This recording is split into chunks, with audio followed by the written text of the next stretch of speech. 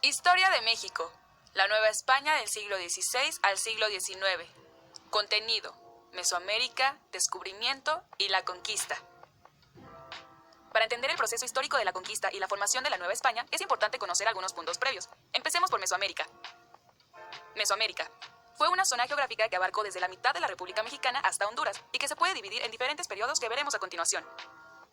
Preclásico. Durante este periodo surgió una cultura que incluso en nuestros días es considerada la cultura madre, pues de alguna manera fueron imitados por las culturas que surgieron después. Nos referimos a la cultura olmeca. Algunas de sus principales características son: se localizaron en los estados de Veracruz y Tabasco. Sus ciudades más representativas fueron La Venta, Tres Zapotes y San Lorenzo. Se caracterizaron por el culto al jaguar y por la construcción de cabezas enormes. En pantalla puedes ver una foto para que no tengas que ir hasta Tabasco para verlas. Periodo clásico. Durante este periodo surgieron los mayas, y como sabemos que quieres más información de ellos, te comentamos que se ubicaron en Chiapas, Yucatán, Guatemala y Honduras. Tenían diferentes festividades y rituales. Fueron excelentes astrónomos. Contaban con un gran conocimiento de las matemáticas y los cálculos, pues inventaron un sistema de numeración y comenzaron a utilizar el cero representado con una concha. La arquitectura no se quedó atrás. Seguramente alguna vez has visitado la Gran Pirámide de Chichén Itzá para cargarte de energía positiva.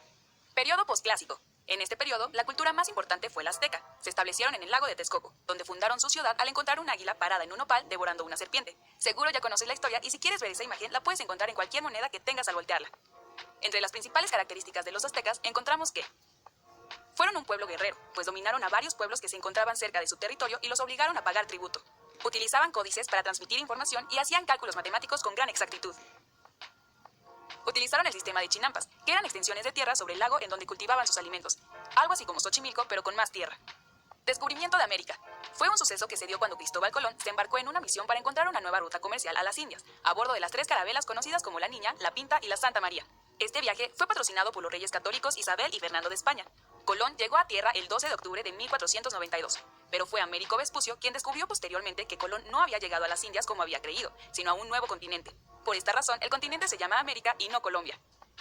En los años siguientes a la llegada de Colón, existieron numerosos exploradores que emprendieron viajes al Nuevo Mundo, siendo Hernán Cortés uno de los más reconocidos, ya que a él se le atribuye el periodo conocido como la Conquista. La Conquista. En 1519, Hernán Cortés, un conquistador español, llegó a las costas de Tabasco, donde tuvo un enfrentamiento con los nativos locales. Fue entonces que inició su camino hacia la ciudad de Tenochtitlán, cuyo emperador o tlatoani era Moctezuma II. Él no lidió con esta situación de la mejor manera, ya que pensó que se trataba del regreso del dios Quetzalcóatl, cuyo significado es serpiente emplumada, y esto traería desgracias a su imperio. Los españoles trajeron con ellos una gran cantidad de novedades a tierras aztecas, como caballos, armas de fuego y armaduras de metal, entre otras cosas. Sin embargo, no fue lo único, ya que también trajeron una gran cantidad de enfermedades que acabaron con la vida de muchos indígenas, incluso más que con los enfrentamientos armados entre ambos bandos. Como habrás notado, los españoles de esa época no eran las personas más limpias del mundo. Recuerda siempre que la higiene es muy importante. Dentro de las batallas más importantes encontramos la matanza del Templo Mayor y la Noche Triste, que fue cuando Cortés fue derrotado y obligado a huir. A partir de esto, creó alianzas con pueblos como Tlaxcala y Azcapotzalco, que harían que el 13 de agosto de 1521 la Gran Tenochtitlán cayera, dando paso al periodo que ahora conocemos como la Colonia. La Colonia.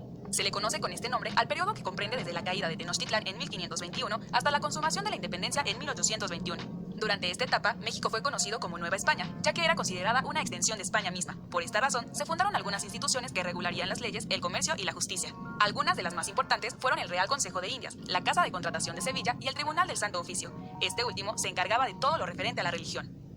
Ya que mencionamos el aspecto religioso, es importante decir que la conquista de Tenochtitlán no solo fue militar, también hubo un aspecto espiritual. No debes olvidar que una de las misiones más importantes de los españoles era la de evangelizar, o sea, convertir a aquellos no creyentes en cristianos, razón por la cual llegaron a Nueva España distintas órdenes religiosas como los franciscanos, carmelitas, dominicos y finalmente los jesuitas. Repasemos los contenidos de la lección. Aprendimos que existió una región conocida como Mesoamérica, mucho antes de la llegada de los españoles, en donde surgieron diferentes culturas como los olmecas, mayas y aztecas a lo largo de 3 grandes periodos conocidos como preclásico, clásico y posclásico.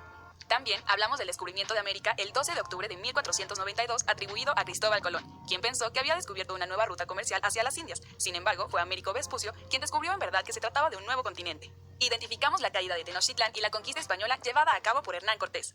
Finalmente, nos referimos a la conquista espiritual y a las distintas órdenes religiosas que llegaron a Nueva España. Repasa los contenidos de esta lección resolviendo los ejercicios de práctica en tu cuenta de Unitips y cuando estés listo, pasa a la siguiente lección.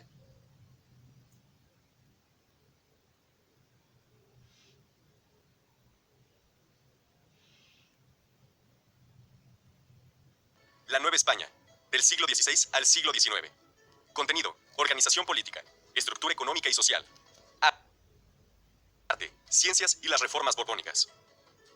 Después de la derrota de la Gran Tenochtitlán, Los territorios conquistados por España en México, mejor conocidos como la Nueva España, comenzaban a regirse de acuerdo a las nuevas estructuras políticas y sociales determinadas por la corona española.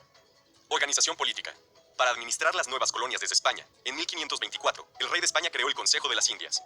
Esta representaba la autoridad más alta en la Nueva España y era responsable de resolver problemas administrativos, judiciales y legislativos. El Consejo de las Indias representaba de la manera más directa la voluntad real. El primer gobernante español en la tierra conquistada fue Hernán Cortés, quien, como ya sabemos, también lideró la lucha por la conquista. Cortés buscó premiar a los capitanes que lo acompañaron en la guerra por medio de la asignación de encomiendas. Las encomiendas consistían en grupos de indígenas que debían retribuir con labor al encomendero, quien en teoría ofrecería protección, pero creaban una relación de dependencia, en la cual el fuerte, de manera seguida, podía abusar de su poder. Con el fin de reducir el poder de Cortés en la nueva región conquistada, el rey Carlos I instauró una primera audiencia. Esta fue presidida por Nuño de Guzmán, quien sería el responsable de gobernar la nueva colonia. La primera audiencia es recordada por sus desastrosas consecuencias debido al aprovechamiento por parte de los responsables con el puro objetivo de enriquecerse.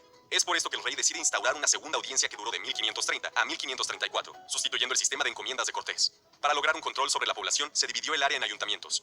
Los ayuntamientos eran gobiernos locales responsables de los servicios a la comunidad. Finalmente, en 1535, el rey Carlos I establece el virreinato de la Nueva España, donde el virrey se convierte en el representante de la corona española, y es el responsable de intervenir en asuntos judiciales y de la iglesia, así como de dirigir el ejército. Estructura económica y social. Existieron 5 principales actividades económicas durante la colonia: la agricultura, la ganadería, la minería, obrajes o talleres textiles y el comercio.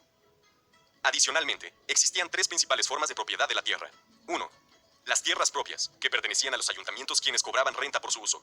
2. Los ejidos, que eran terrenos comunes para pueblos españoles o indios utilizados para el ganado. 3. La tierra comunal, que pertenecía a los pueblos indios y únicamente cambiaba de propietario al ser heredada. Las instituciones económicas más importantes de la colonia fueron la Casa de la Contratación, que administraba el comercio en América, y la Real Hacienda, responsable de la recaudación de impuestos. El mestizaje fue un rasgo característico en las colonias españolas de América. La mezcla de culturas viviendo en las colonias, creando así diversos y nuevos grupos sociales conocidos como castas.